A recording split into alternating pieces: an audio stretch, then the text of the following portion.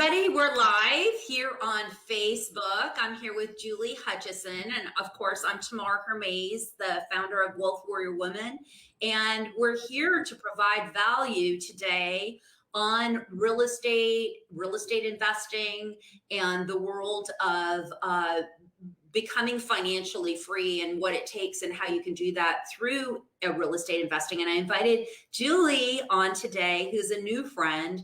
And I did because Julie has a wealth of knowledge in terms of what I think is the hardest part of finding of real estate investing, which is finding deals. And Julie has been very successful at that. And so welcome, Julie. Hi, I'm excited to be here. Thank you for having me. Awesome. Yeah, I'm excited. So I'd love for you to share just a little bit about your story and how you ended up becoming an expert at finding deals. Great, thank you. So yes, I worked in corporate for 20 years. I was in IT operations. My background was in information systems, so a little bit of a technical background. And then I, kind of was making a choice in my life at that time, whether I want to continue down that path and heading in the executive management direction. And I just was ready for a change in my life. I was working from home, sitting behind my computer 10 hours a day, and I just knew that there was a change coming in my life. And so I started looking into options. I quit my job in corporate. I actually went and worked at a startup after that here in Austin. And that was a really great experience. I got a lot of knowledge in digital marketing, which is something I kind of needed to use in real estate. And so then I started exploring more and found real estate investing, and have just enjoyed it since, and did a lot of learning, educating myself on different ways to invest in real estate, ways to grow my wealth, but also cover my income while I'm investing. So wanted to go down both paths parallel, and I just jumped right in. My job in Virginia, or my job here in Texas, they wanted to move me back to Virginia. And so I had an opportunity at that point just to leave and move forward. And so I jumped right in and just really did a lot of training and education and meeting mentors that showed me the way. And I started at the end of 2019. And in 2020, we did 11 different deals, all with different strategies. Some of it is buy and hold, some of it was wholesaling. And so I can talk a little bit more about that. Wow, that's amazing. And there were so many things that you said that I want to touch on that I think so many people can take away, because that point where you know that you're working you're in a job and it's great and you like it, but you realize, one, there's a ceiling on how much you can make, and two, they're really to me, a job is it's like your life is being somewhat dictated, because you have to go in there every day. You have to do certain things. There are certain expectations, even if you have a lot of freedom. And for some people, they really like the structure. For me, I'm a freedom person. So I never liked it. I did it for a very short time in my life, and I definitely had jobs. I had a lot of jobs, but I love the fact that you were willing to leave. So there's so many things I want to ask you about.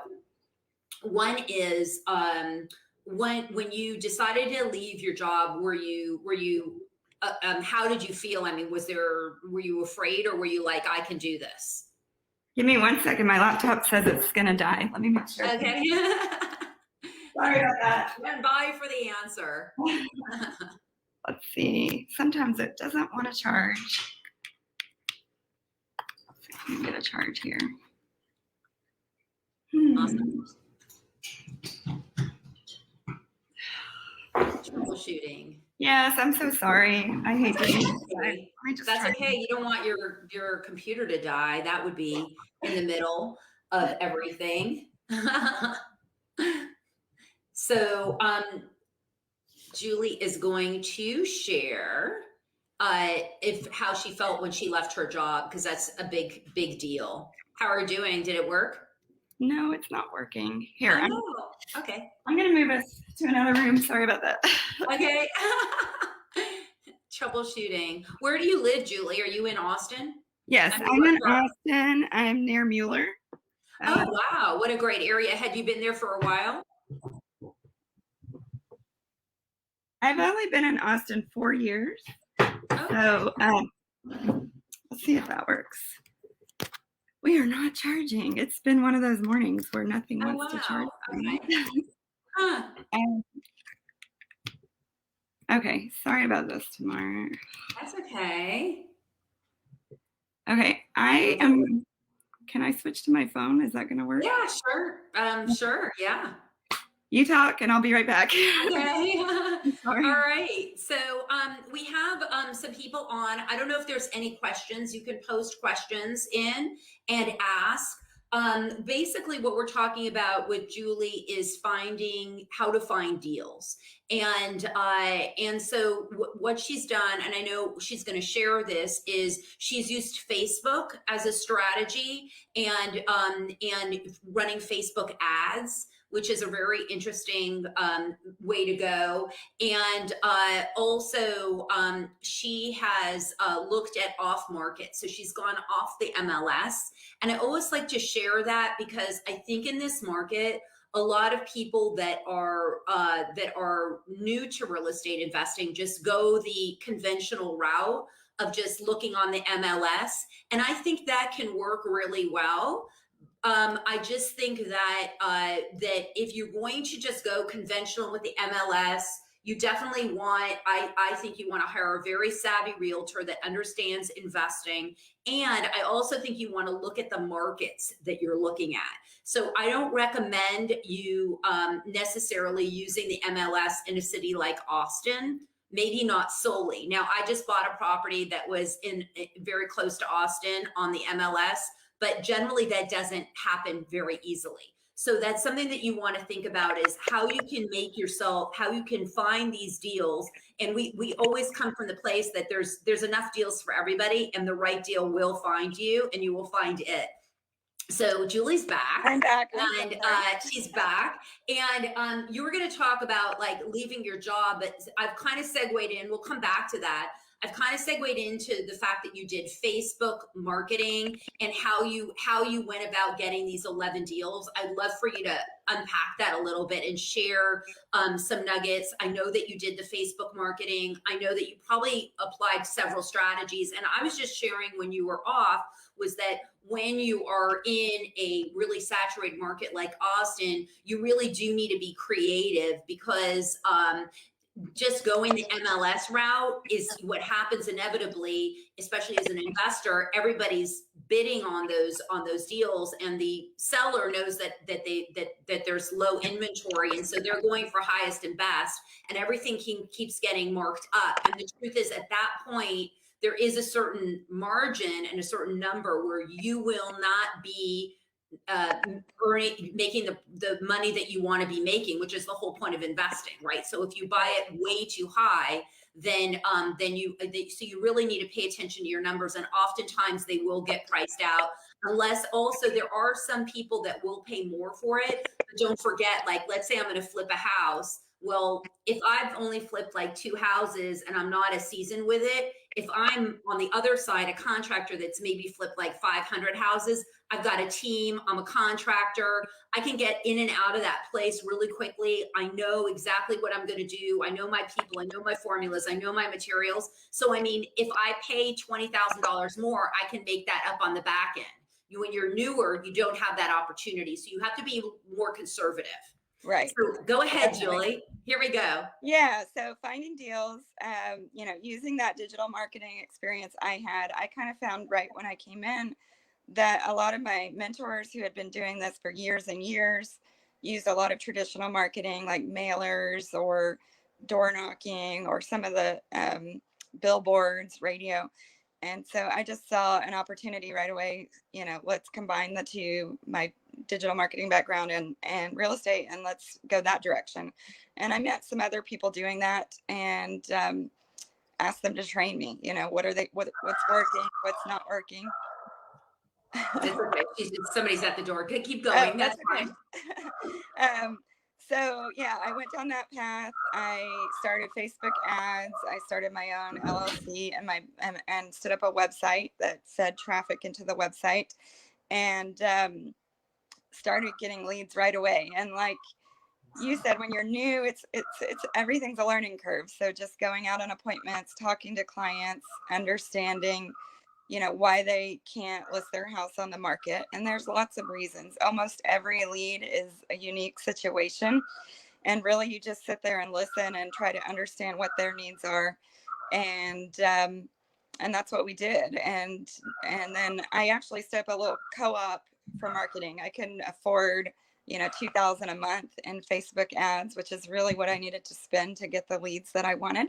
So with a few other colleagues that were doing the same thing I did, I stood it up where it was kind of a round robin, and the leads came in and we shared them, and we could also share our experiences that way. And then it's just trial and error. So learning what works in the marketing and what doesn't work. And as the market's changing, as COVID happened, as foreclosures got put on hold, we had to change our marketing strategy and adapt. And that's what we've been doing. Wow, I love that. There's so many great things that you did. One was that when you realized that the budget wasn't working for you, you didn't just stop the Facebook ads, you collaborated with different. How did it work when you shared leads? Like if something really good came in, was it like, well, I really want that one. I really want that one. Did you partner? Did you buy the deals together or? No, I mean, we had it set up where it was just round robin. So if it was your turn, it was your lead. But Wow. then there's been opportunities because we formed such a good relationship where, someone wanted to wholesale a house and we wanted to flip it. So then it was an opportunity for us. So just, um, and that was going to be my second point in marketing, because the other way that I've bought deals so far is just networking. Just there's so many people in real estate investing in Austin and the whole Texas area. Um, so I've bought a couple wholesale deals from people that, they were actually real deals when I did the analysis. I bought some deals from a contractor who had found them, gotten them under contract, and wanted to work on them, but didn't necessarily want to take all the risk. And so, yeah, that's my number two strategy, is just really talking to people all around the city that are working in this industry. I love that. That's so great. And especially, I mean, the truth is that we have people that are listening and watching this that are everywhere, all across the country. And a lot of people are, one of the biggest struggles is like, where do you buy? And a lot of people tend to want to go somewhere else if it is a really saturated market or they don't have a lot of dollars. And I love the way you were in Austin and you just decided, you know what, I'm going to just do the Austin proper and the suburbs and make it work. I love that. Now, let's talk about mentorship, because that's a big topic and it's something that comes up a lot. And there's certain ways that you can approach people to get support and certain ways that are not the best way to approach people to get support. And so I'd love to hear, how did you find mentors and how did you support them? Because I think it would be really helpful for people. Right. Yeah. So I will say traditionally, I did join a network group that did an education. Um, and that network group had different levels. You could join at a very high level and have a very dedicated mentor, or you could just join and do the education. So I did do that, and it was very helpful. The education gave me all the strategies, gave me the tools, gave me the mindset that I need to be marketing all the time.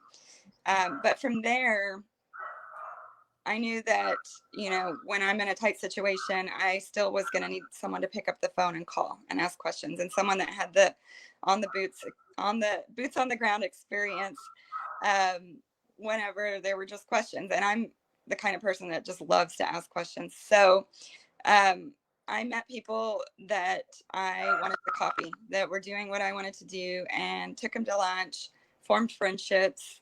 Um, there was also another situation where I had an opportunity to invest money in a deal for another person that was an investor, and so they were really happy I invested money, and then I could use their knowledge and ask questions whenever I wanted, because we became friends and worked together.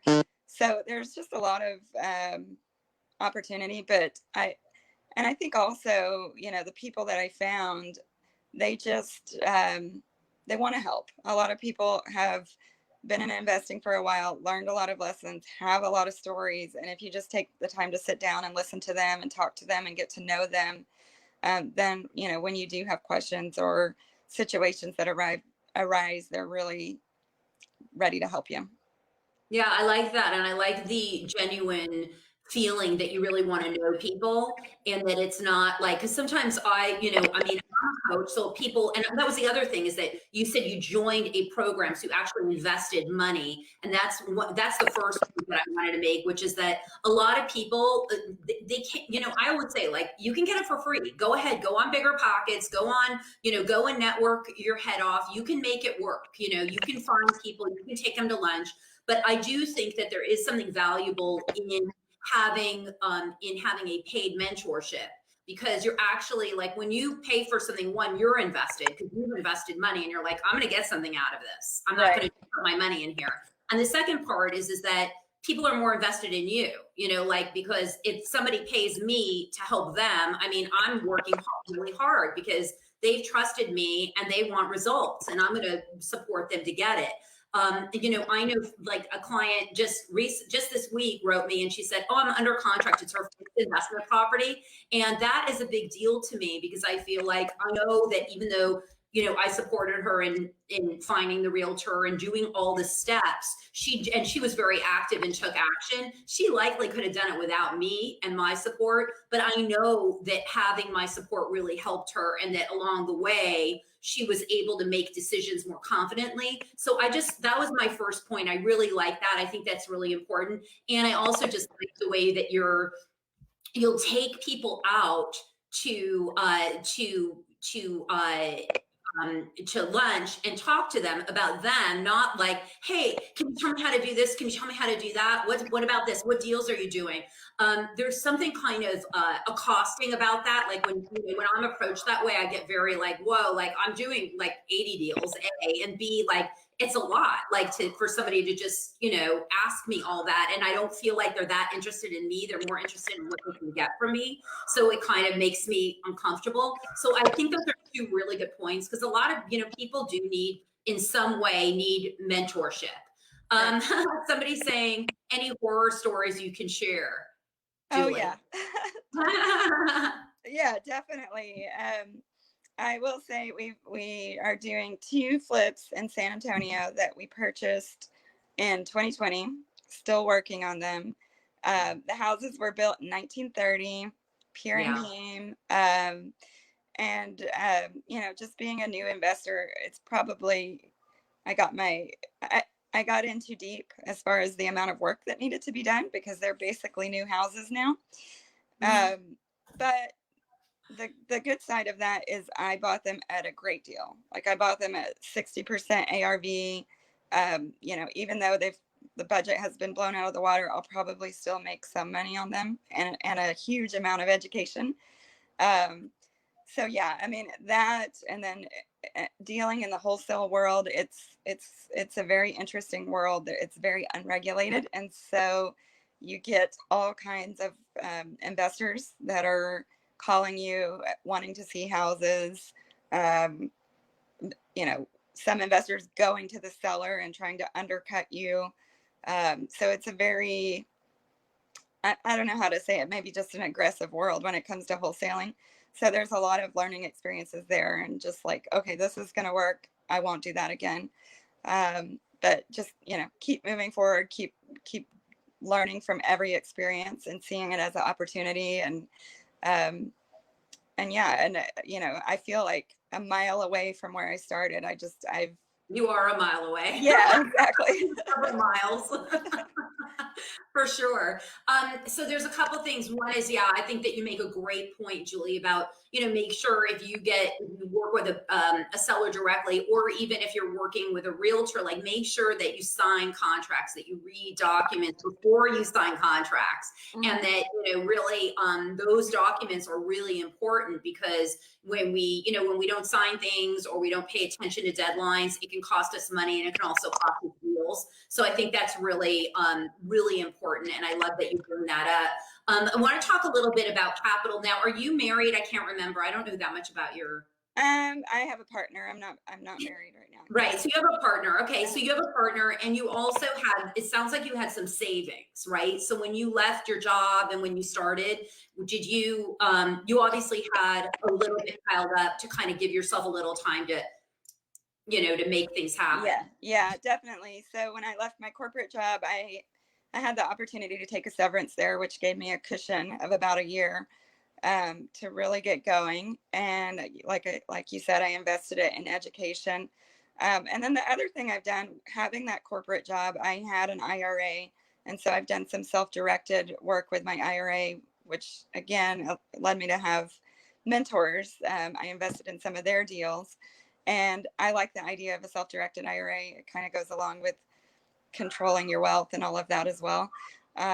So yeah, I did have that, and I have used that. That's awesome. Yeah, there's huge. So basically, what Julie's talking about is that when you work with a company and you're doing a company match, obviously that's a great deal, because they're matching whatever you put in. But they will limit you in terms of what you can invest. So they won't let you, for the most part, you can't say, oh, hang on a second, I would rather take control of this money. They'll give you a group of Fidelity stocks, or like I worked for Disney, so I could get Disney stock, things like that. But but once you leave that company, you can take that money, and then you have options. You can make a traditional IRA. You can, if you have a company, you can make a solo pay, which gives you a lot of flexibility. But they're all self-directed, so they all enable you to do the same thing. So that's great. Yeah, you really took advantage of a lot of opportunities. Let's see what else I wanted to ask you. So pretty much your main strategy, it sounds like, is the Facebook ads. That's really what's working for you. Yes, I did do a little bit of Google pay-per-click also over the summer of 2020, and that was working pretty well. But like I said, the market has been shifting quite a bit here in Austin, and so the price per lead, it started at like $40 a lead, and it went up to well over $200 a lead. And so I did put that on hold because Facebook was working better for us. I might go back and revisit it because I really liked it. I like the concept of it. But again, it's digital ads. It's online. It's feeding traffic to my website. And it kind of lines right up with Facebook. Yeah, I love that. And I love that you created, you did everything. You did everything very proactively, and like really like the guidance, and then you went for it, but also you also got educated, and so that's really great. There's a lot of things that you did that show why you have seen success. And so what's next? Is it just do more? Do you have like a vision in mind in terms of what 2021 looks like for you? Yeah, so I just actually recently got my Realtor license, and the main reason behind that was here in Austin, we were getting so many leads that wanted to sell their house for full price, market value, or even above, because they see their neighbors just flying off the shelves in hours. And they can list it, but a lot of times they call us because they don't want to list it. They want someone just to pay cash and pay full price, which, have your cake and eat it too. And so I got my license so that I work with my partner. He's an investor also. And so we just wanted to have all options available for our leads. And that's kind of what started me down the realtor path. But there's a lot that I've learned, and that's coming with that as well. I've joined eXp Realty, and they have a revenue share program, which is another stream of income that I didn't expect to even have start. And then I'm really working with them right now. They have an iBuyer tool called express offers that I want to plug into, maybe on the investor side, to buy properties from realtors that have clients that don't want to list their house, and then also send some of my clients through that tool to a big, massive pool of buyers. So just going down that path and working with EXP, it's opening more doors. Yeah, I mean, EXP is pretty interesting. I have my license in California. I was using it mostly just for my own properties, but it's on my bucket list, not bucket list, it's on my Q3 list to get my license here too, just because it does come in handy, and for referrals and different things that you do. It's a great, and for your resource, I mean, it's always good. You have access to MLS, you can negotiate deals. I mean, you are, if you don't, you have to always disclose that you're a realtor, if you're not acting in that capacity, and make sure that, you're on the up and up, because there's a lot of Fair Act laws that we want to, you have to make sure that you're being really, really upfront with the buyers and sellers. So that's great. And yeah, it's funny because someone had told me, well, you should invest in what he was trying to get me on his team at XP, but he said, you should invest. It's at 15. I think it's going to do well. So I did. And let's just say, I think it's worth like $40,000 now. So yeah, that was nice. I'm kind of with stocks. My whole philosophy on stocks, even though this isn't a stock call, but just FYI, is, when you buy them, really think long term. Like, I think of that, the way that I've been successful with real estate is that I think long term. The way I've been successful with stocks now is think long term. Even when I bought Tesla stock, and everyone was like, you're crazy, Tesla's gonna go in the tank, why are you buying Tesla? And I just left it there. And, it was like, 200, 300,000. It just kept, it was the gift that kept giving. And I did take some of the cream off the top, but for the most part, I'll just leave that in there for, for another, who knows? I mean, why would I take it out, right? Yeah. So I think that's kind of, that's really at the crux of like my investing philosophy. And I love what you shared too, in terms of the fact that you are buying and holding some properties. I'd love for you to touch on that before we wrap up, because I think it's really important. And I think it's one of the things that comes up a lot with approaches when you start real estate. Is people love flipping because you get this big cash injection, or, you get 10, 100,000, whatever it is, but it's like, whoa, money. But, at the end of the day, it is kind of a job, because then once the money that you made on that deal is gone, it's gone. And then you got to get another one to keep it going. So I'd love to hear what you've bought and held and how you made that decision. Sure. Yeah. And it's kind of evolving as I'm learning. And I really have discovered there's like two parts to real estate investing. One is building the long-term wealth, and one is meeting my income needs. Coming from a corporate background, I still want to make an income. And so the flipping and the wholesaling, and now also the realtor transactions, will meet the income. And then on the long-term wealth, it's the buy and holds, maybe even owner finance a little bit, as well as now I have the revenue share program at EXP is a longer term play. So with the buy and holds, my strategy so far has been smaller 3-2 bedroom houses, under 1,500 square feet, in an area that I think is going to appreciate, and also that the house is not going to be a huge pain. So the two buy and holds that I've done so far, one is in Austin, in Harris Branch, and then one is in Lockhart. We're keeping that one. And Lockhart's a little bit further away, but Austin is just exploding, and we have Tesla, and it's kind of over that way. So we've decided to keep that one, and it fits the profile. It's 1,100 square foot, 3-bedroom, 2-bath house that was built in 2009, I think. So a little newer. Yeah, I like those newer ones. Yeah. So you just, as the leads come in, we're doing a flip right now in Houston, and it's a 3,500 square foot house built in 1971. And that doesn't fit the profile. It would be a maintenance nightmare. So. Right. But it met the criteria. Yeah, no, exactly. I have one under contract that's 2,200 square feet that's in a suburb of San Antonio. It's a 6'4". And so I do have a lot of flexibility with it. But I haven't decided. The idea of it was that I would just buy and hold it. I mean, that I would just long-term have a long-term tenant in it, because it just, you know, when you have a great tenant, it just, you know, you just get the rent every month and you never hear from them, especially when it's brand new and you get a really good tenant in. But I am kind of like, you know, a 6'4", that gives me a lot of options. So we'll see what I end up doing with that one. But that's a lot of fun. So yeah, Julie, this is amazing. I'm so excited to learn more, and I've learned a lot. I hope everybody that is listening got a lot of value out of this and is excited to, you know, get started on their next step, wherever they're at, their next deal. And I love what you're doing. It's just phenomenal, the success that you've had in just such a short amount of time.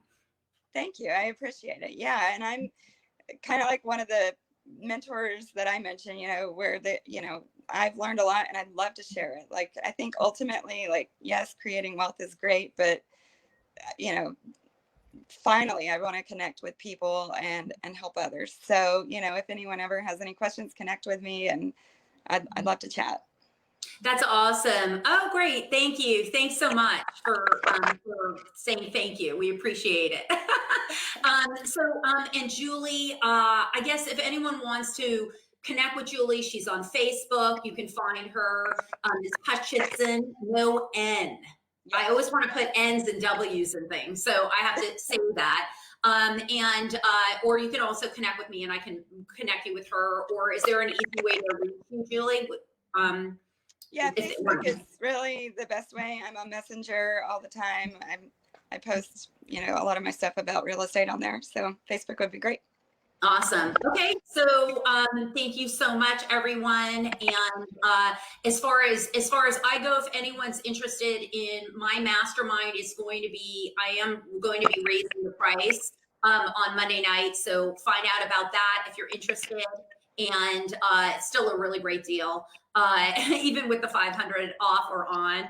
And have a great rest of your week. Thank you. You don't have to hang up when we get off of this.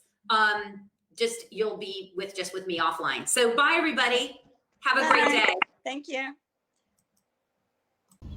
Thank you for watching. I hope you enjoyed this video. Like and subscribe below, and you can find out more at wealthwarriorwoman.com.